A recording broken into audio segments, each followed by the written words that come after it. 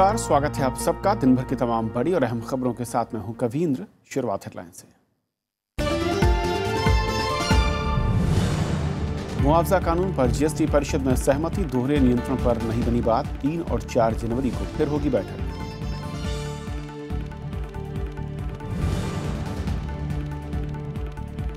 आर्थिक नाकेबंदी हटाना मणिपुर सरकार की जिम्मेदारी। मुख्यमंत्री इबोबी सिंह से मुलाकात के बाद बोले गृह राज्य मंत्री रिजिजू, हिंसा में 3 सरकारी इमारतों में आग।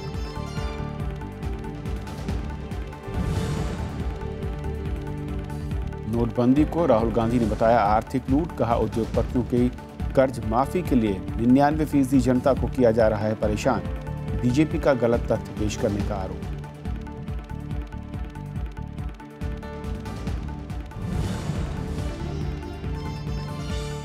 परमाणु हथियारों पर अमेरिका रूस आमने सामने। पुतिन के बाद ट्रंप का परमाणु क्षमता बढ़ाने पर जोर। विदेश मंत्रालय ने ट्रंप के बयान से जताई असहमति।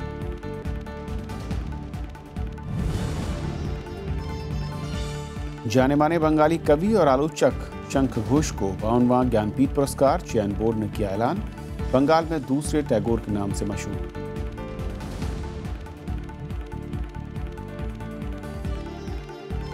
और आइए देखते हैं पहली खबर।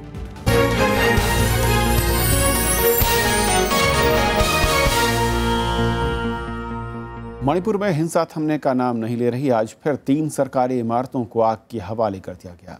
राज्य के 1 दिवसीय दौरे पर पहुंचे गृह राज्य मंत्री किरेन रिजिजू ने आज मुख्यमंत्री ओक्राम इबोबी सिंह से के अलावा कई और आलाधिकारियों से मुलाकात की और राज्य के ताज़ा हालात पर चर्चा हुई। उन्होंने कहा कि केंद्र सरकार आर्थिक नाकेबंदी को खत्म करने के लिए राज्य सरकार की मदद करने के लिए प्रतिबद्ध है। तस्वीरें मणिपुर के कामजोंग जिले की हैं, जहां हिंसा थमने का नाम नहीं ले रही। शुक्रवार को अज्ञात लोगों ने 3 सरकारी इमारतों को आग के हवाले कर दिया। लोगों में यूनाइटेड नगा काउंसिल की आर्थिक नाकाबंदी को लेकर रोष है। इस बीच गृह राज्य मंत्री किरेन रिजिजू ने मणिपुर का दौरा कर ताजा हालात का जायजा लिया। उन्होंने मुख्यमंत्री ओक्राम इबोबी सिंह समेत वरिष्ठ अधिकारियों के साथ मुलाकात कर स्थिति से निपटने पर चर्चा की। किरेन रिजिजू ने साफ किया कि कानून व्यवस्था बनाए रखना राज्य सरकार की जिम्मेदारी है। साथ ही उन्हें हालात से निपटने के लिए हर मुमकिन मदद का भरोसा भी दिया। Road blockade is unacceptable and the state government has to ensure that there is no further road blockade and for that the support will be given by us. इस बीच राज्य में 150 पैरामिलिट्री कंपनी पहले से ही तैनात हैं। इसके अलावा केंद्र सरकार ने 7 और कंपनियों को रवाना किया है। इससे पहले गुरुवार को गृह मंत्री की अध्यक्षता में हुई उच्च स्तरीय बैठक में नाकेबंदी से हो रही दिक्कतों का मुद्दा भी उठा। इसके बाद गृह मंत्री ने मुख्यमंत्री को चिट्ठी भेजकर उन्हें हर संभव मदद का भरोसा दिलाया। मुख्यमंत्री ओक्राम इबोबी ने राज्य के बिगड़ते हालात के लिए यूनाइटेड नगा काउंसिल को जिम्मेदार ठहराया। There are 150 already on the job. 7 additional are on the way. It is taking little time because those 7 companies are already engaged in some other operation. They are to be demobilized from there and they are on the way to Manipur and they will be reaching any time. Manipur में 53 दिनों से जारी United Naga council की आर्थिक नाकाबंदी की वजह से जरूरी सामानों की आपूर्ति बाधित है। मेडिकल सुविधाओं पर भी असर पड़ा है। इमरजेंसी सेवाएं ठप हैं। यूनाइटेड नगा काउंसिल राज्य में 7 नए जिले बनाने का विरोध कर रहा है। पिछले सप्ताह हुई हिंसा के बाद कई जिलों में कर्फ्यू भी लगाना पड़ा था। Bureau report, Rajya Sabha TV. और इस मसले पर और बातचीत करने के लिए हमारे साथ पूर्व गृह सचिव बाल्मीकि प्रसाद सावंत। सर, स्वागत है आपका। धन्यवाद। जिस तरीके से ये मणिपुर में हो रहा है और मैं कहूँ एक बड़ा चैलेंज बन गया है, असल में ये समस्या इतनी बड़ी क्यों हो गई? देखिए, बड़ी मुश्किल से वहाँ एक ज्योग्राफिकल बाउंड्री तय हुई और संविधान सभा की बैठक में भी ये मसला उठा था। तो तय ये हुआ था कि संविधान में आर्टिकल 371C के तहत गवर्नर साहब को अख्तियार दिया गया था कि आप हिल एरियाज के इंटरेस्ट्स को देखेंगे। लेकिन 2-3 घटनाएं घटती रही हैं। पहली घटना है कि नागालैंड के जो 2 ग्रुप हैं, इसाकसू के और मुइबा के, इनके इंटरेस्ट हैं उस एरिया में। तो चाहते हैं कि हम कुछ नागा डोमिनेटेड जो डिस्ट्रिक्ट्स हैं, टेरिटरीज हैं, वो इधर आ जाए। तो उससे वायलेंस हो जाता है। फिर मैतेई जो प्लेन्स में हैं, डोमिनेंट हैं, वो कभी कभी इस तरह का कुछ काम, ऊपर से डिप्रिडेशन होता है तो उसका रिएक्शन होता है। और फिर इनके अपने लिबरेशन आर्मीज हैं। तो ये तीसरी बात जो समझने की बात है, मैं बार बार कहता रहा हूँ, सेंटर से भी कभी कभी गलती हो जाती है, स्टेट से तो होती ही आई है। ये देखिए, बड़े मुश्किल से 1971-72 में हमने रीऑर्गेनाइजेशन ऑफ स्टेट्स किया। तो अब 100 साल तो चलने दीजिए इस बाउंड्रीज को।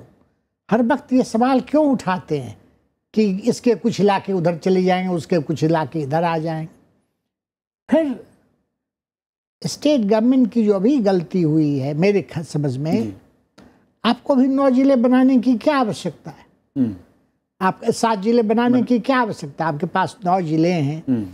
इन 9 जिलों में प्रशासन हिल्स में कई जिलों में ठीक से नहीं चल रहा है। मजिस्ट्रेट के इजलास नहीं लग रहे हैं, डिप्टी कमिश्नर साहब का इजलास नहीं लग रहा है, टूर्स नहीं हो रहे हैं। ऐसे हालात में ये सिंपल तो है देखने में कि हम छोटे छोटे जिले बना देंगे। तो इन्होंने जो 5 हिल्स के जिले हैं और 4 प्लेन्स के हैं, तो ये 5 जिलों को 10 कर दिया। और जो प्लेन्स के 4 जिले हैं उसमें 2 को बदला, 1 को 2 भाग में कर दिया। तो ये सिंपल तो लगता है, बड़ा अच्छा है।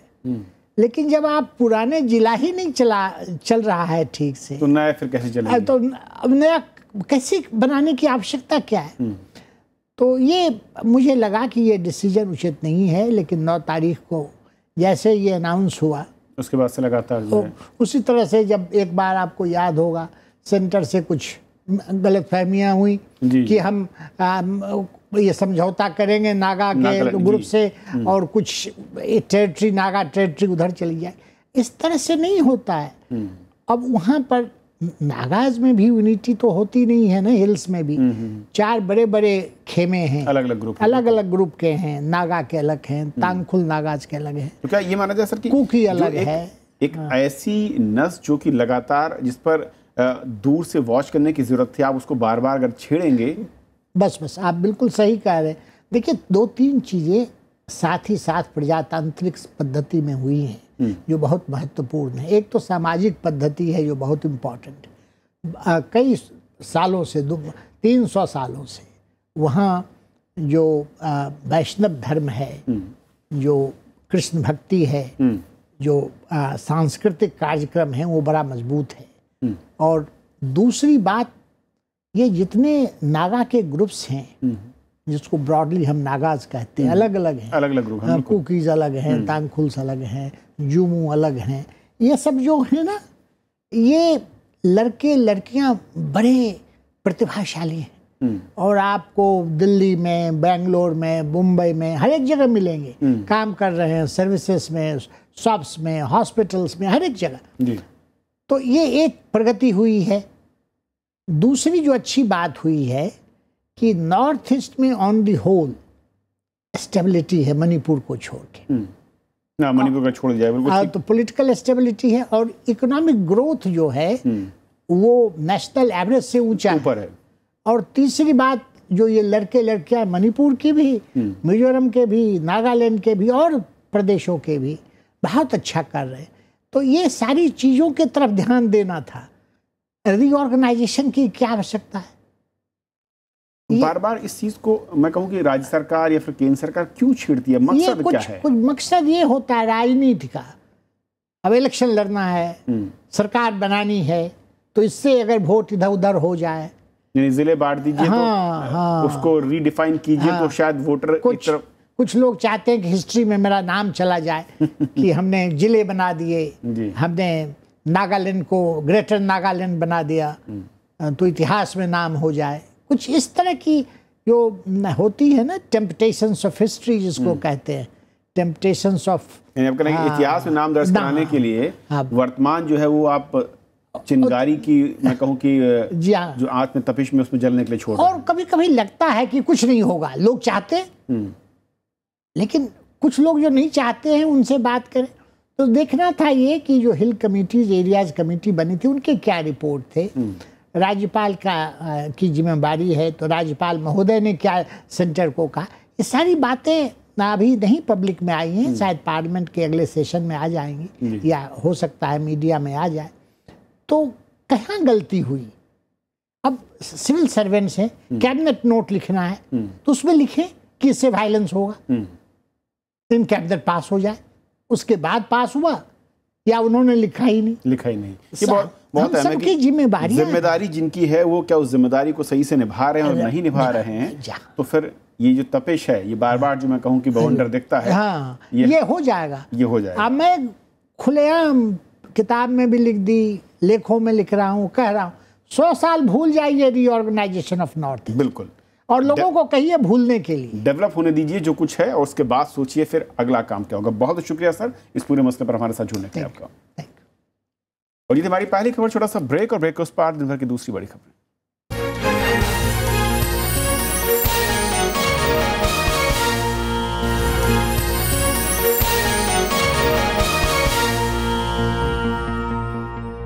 दो दिवसीय जीएसटी काउंसिल की बैठक आज खत्म हो गई। केंद्र और राज्यों के बीच विवाद का विषय बने दोहरे नियंत्रण के मुद्दे पर आम राय नहीं बन सकी है। काउंसिल की अगली बैठक अब 3 और 4 जनवरी को होगी। जीएसटी के मॉडल बिल के ज्यादातर प्रावधानों को मंजूरी मिल गई। जीएसटी काउंसिल ने मुआवजे से जुड़े बिल को मंजूर कर दिया है। बैठक के बाद वित्त मंत्री अरुण जेटली ने कहा कि केंद्र और राज्य के बीच दोहरे नियंत्रण के मुद्दे पर अभी आम राय नहीं बनी है।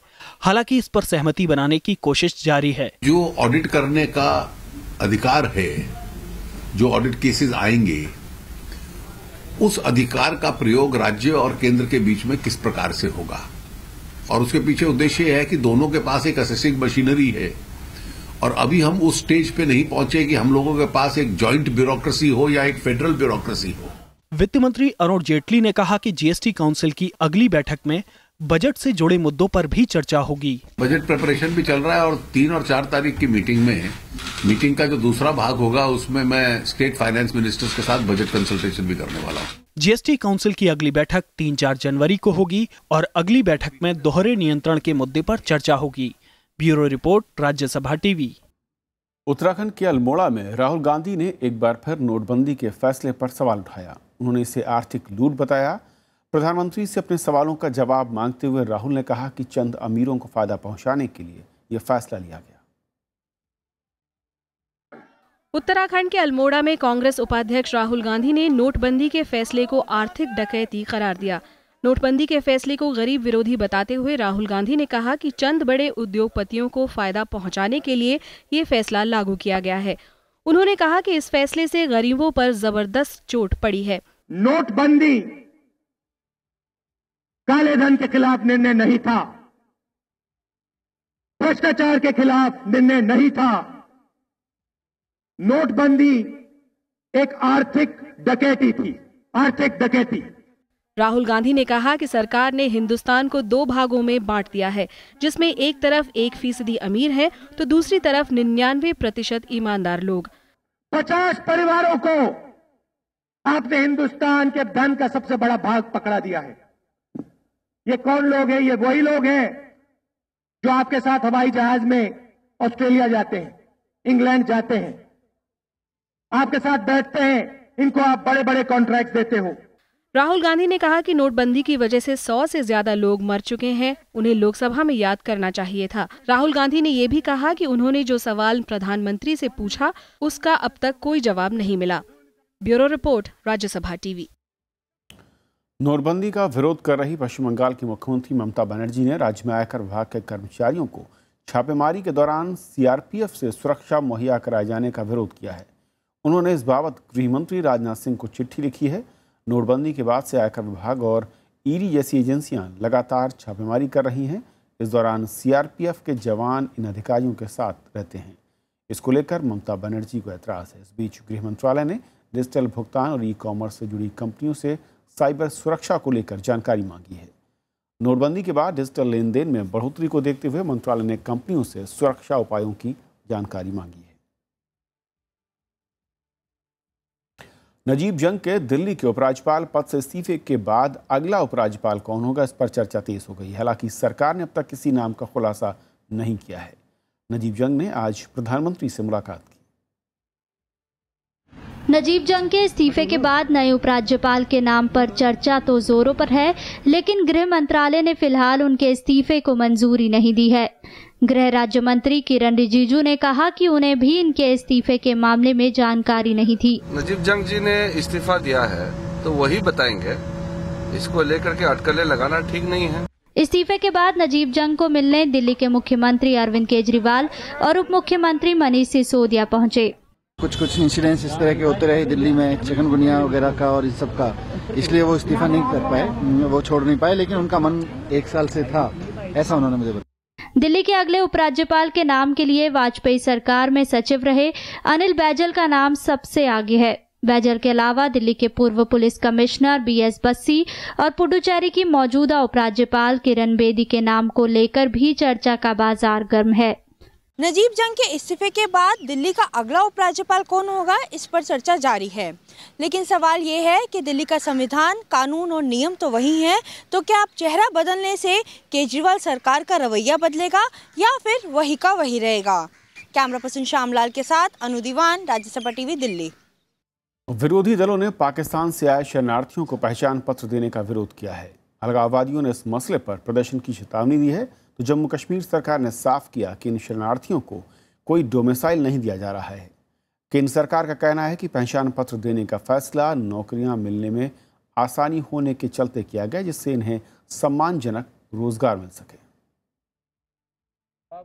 पश्चिमी पाकिस्तान से पलायन कर जम्मू कश्मीर पहुंचे शरणार्थियों को पहचान पत्र देने के मसले पर विवाद खड़ा हो गया है। अलगाववादियों के बाद अब विपक्षी दलों ने भी इसका विरोध किया है। विपक्षी दलों का कहना है कि सरकार इन शरणार्थियों को स्थायी नागरिकता देने की कवायद में जुटी है। सरकार में ही कहीं कंफ्यूजन है, उनको दूर करना चाहिए, क्योंकि जहां तक स्टेट सब्जेक्ट लॉ का सवाल है, मैंने पहले ही वजाहत कर दी, उसके खिलाफ हम कोई भी काम होगा उस पर हम आवाज उठाएंगे। और डोमिसाइल सर्टिफिकेट देना चाहते हैं जो इब्तदाई तौर में एक प्रोविजनल स्टेट सब्जेक्ट होगा, तो आगे चलकर ये इनको परमानेंट सिटीजनशिप देंगे, जिसके लिए हुर्रियत कॉन्फ्रेंस ने अपना वाजिया मौक़िफ़ इख्तियार किया है। हम इसके लिए बिल्कुल एक नई एजिटेशन शुरू करेंगे। विवाद बढ़ने पर जम्मू कश्मीर सरकार ने साफ किया है कि इन शरणार्थियों को डोमिसाइल नहीं, सिर्फ पहचान पत्र दिए जा रहे हैं। सरकार का मानना है कि इससे 1947 के बाद जम्मू कश्मीर आए पाकिस्तानी शरणार्थियों को नौकरी मिलने में आसानी होगी। जम्मू कश्मीर बीजेपी के अध्यक्ष सत शर्मा का कहना है कि ऐसा गठबंधन सरकार के एजेंडे के तहत ही किया जा रहा है। वहीं पीएमओ में राज्य मंत्री जितेंद्र सिंह ने भी पहचान पत्र देने का बचाव किया है। प्रमाण पत्र, अपनी पहचान पत्र जिसे आप कह सकते हैं, आइडेंटिटी प्रूफ, इन्हें उपलब्ध करवाया जाए ताकि ये सरकारी नौकरियां, विशेषकर जो केंद्र सरकार की ओर से नौकरियों का जब भी कभी भी किसी प्रकार से प्रावधान निकलता है उसमें अपनी याचिका, अपनी एप्लीकेशन दे सकें और साथ ही साथ समय समय पर सेनाओं में और अर्धसेना बलों में होने वाली भर्ती का भी लाभ ले सकें। केंद्र और राज्य सरकार का कहना है कि इस मसले पर अलगाववादी तनाव भड़काने का बहाना ढूंढ रहे हैं। 1947 में बंटवारे के समय इन शरणार्थियों ने पश्चिमी पाकिस्तान से आकर जम्मू कश्मीर में पनाह ली थी। आज इनकी संख्या तकरीबन 80,000 के आसपास है। इन लोगों को जम्मू कश्मीर की नागरिकता नहीं है और उन्हें यहां मतदान का अधिकार भी नहीं मिला है। Bureau report, Rajya Sabha TV. चुनाव आयोग ने 2012 में उत्तर प्रदेश विधानसभा चुनाव में हिस्सा लेने वाले 25 उम्मीदवारों के चुनाव लड़ने पर अगले 3 साल के लिए रोक लगा दी है। चुनाव के दौरान खर्च का ब्यौरा जमा न करने पर यह कार्रवाई की गई है। ये सभी उम्मीदवार अब अगले 3 साल तक लोकसभा या विधानसभा का चुनाव नहीं लड़ सकते। इनमें 6 उम्मीदवार मुजफ्फरनगर से हैं। इसका साफ मतलब है कि अब ये उम्मीदवार उत्तर प्रदेश के आगामी विधानसभा चुनाव में हिस्सा नहीं ले सकेंगे। इस आदेश से चुनाव आयोग ने खर्च का ब्यौरा जमा न करने वाले बाकी उम्मीदवारों को भी सख्त संदेश दे दिया है। अमेरिका और रूस ने परमाणु हथियारों के जखीरा बढ़ाने की बात कही है। अमेरिका के नवनिर्वाचित राष्ट्रपति डोनाल्ड ट्रंप ने परमाणु हथियारों के जखीरे को मजबूती और विस्तार देने से जुड़ा एक ट्वीट किया। इससे पहले रूसी राष्ट्रपति व्लादिमीर पुतिन ने भी परमाणु क्षमता को बढ़ाने की जरूरत बताई थी। रक्षा जानकारों की माने तो ये बयान अमेरिका और रूस के बीच परमाणु हथियारों की होड़ को बढ़ावा दे सकते हैं। परमाणु हथियारों के जखीरे को लेकर रूस और अमेरिका एक बार फिर आमने सामने हैं। दुनिया के 2 सबसे ताकतवर देशों अमेरिका और रूस ने परमाणु हथियारों का जखीरा बढ़ाने की बात कर दुनिया की सुरक्षा को खतरे में डाल दिया है। ताजा बयान अमेरिका के नवनिर्वाचित राष्ट्रपति डोनाल्ड ट्रंप की तरफ से आया है। डोनाल्ड ट्रंप ने कहा है कि अमेरिका को परमाणु हथियारों के जखीरे को और मजबूत करके उसका विस्तार करना चाहिए। हालांकि अमेरिकी विदेश मंत्रालय के प्रवक्ता इस पर कुछ भी कहने से बचते नजर आए। I can't speak for what the president-elect's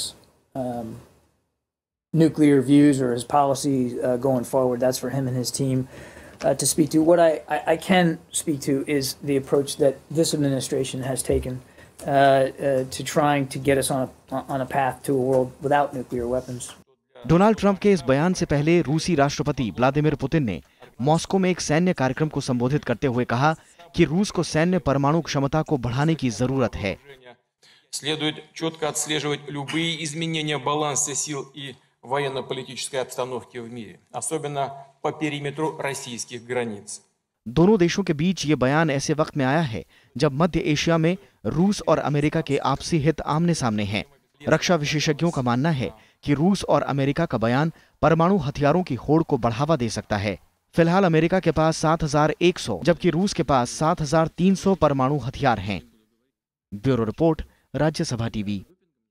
Libya के यात्री विमान को हाईजैक करके माल्टा की राजधानी वलेत्ता ले जाया गया है। इस बीच अपहरणकर्ताओं ने पहले महिलाओं और बच्चों को रिहा कर दिया और बाद में बाकी यात्रियों को भी धीरे धीरे रिहा करने की खबरें आ रही हैं। बताया जाता है कि अब तक 109 लोगों को रिहा किया गया है। विमान में 118 लोग सवार थे।